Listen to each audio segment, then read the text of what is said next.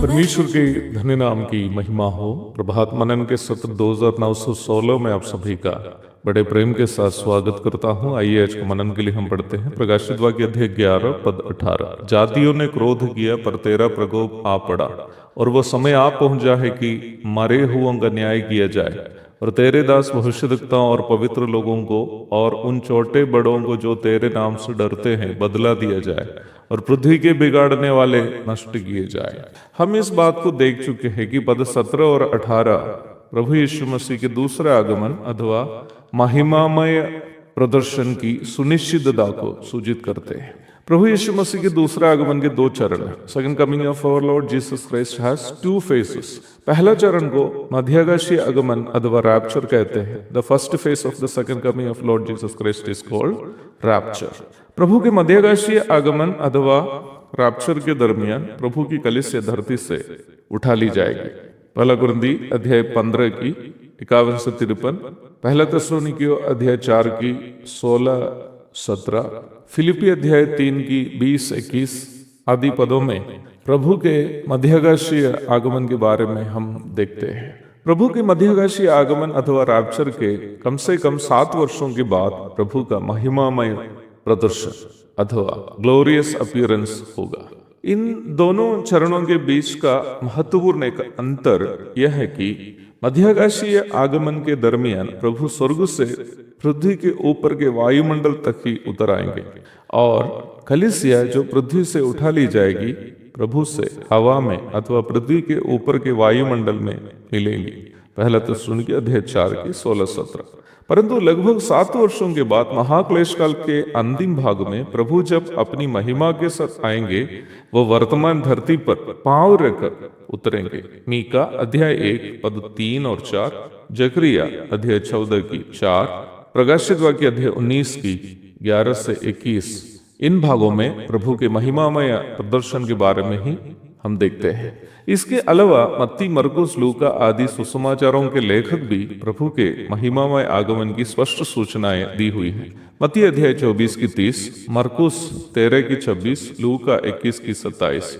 जब हम प्रारंभ में पढ़ी गई पद की ओर लौट कर आते हैं, प्रभु के महिमामय आगमन के 3 महत्वपूर्ण उद्देश्य को वहां हम देखते हैं। पहला, वह धरती पर राज करने आ रहा है, पद 17। दूसरा, अपने दास भविष्यद्वक्ताओं एवं पवित्र लोगों को और सभी छोटे बड़ों को जो प्रभु के नाम से डरते हैं प्रतिफल देने वो आ रहा है, पद 18। तीसरा, पृथ्वी के बिगाड़ने वालों को नष्ट करने आ रहा है, पद 18। इसमें प्रथम और तृतीय तथ्यों पर हम संक्षेप में मनन कर चुके हैं, पर मेरा दिल कहता है कि द्वितीय तथ्य पर भी कुछ बातें कहनी जरूरी है। यहाँ सूचित किए गए भविष्यद्वक्ताओं, पवित्र लोग एवं अन्य प्राथमिक रूप में पुराने नियम के भविष्यद्वक्तागण एवं अन्य संत लोग हैं।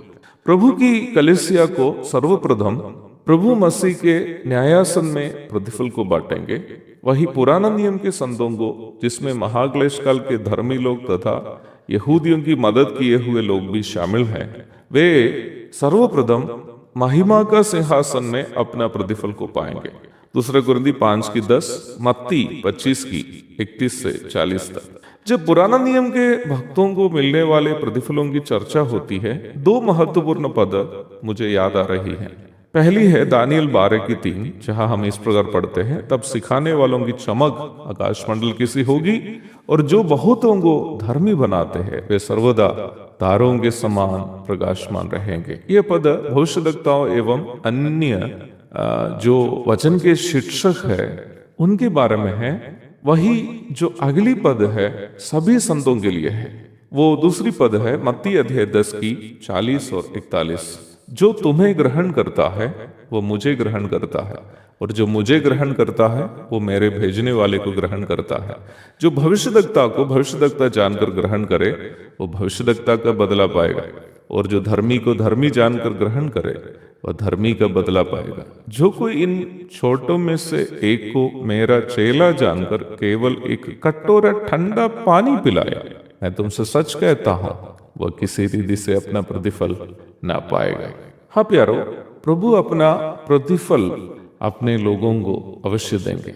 यद्यपि प्राथमिक रूप में इन दोनों पद पुराने नियम के संतों के संबंध में हो, पर प्रतिफल बांटने में प्रभु के मापदंड पुराना एवं नया नियम के संतों के संबंध में भिन्न नहीं है। एक और शुभ दिन की धन्य कामनाओं के साथ आज का मनन मैं समाप्त करता हूँ। प्रभु आप सबको आशीष दे। आमीन।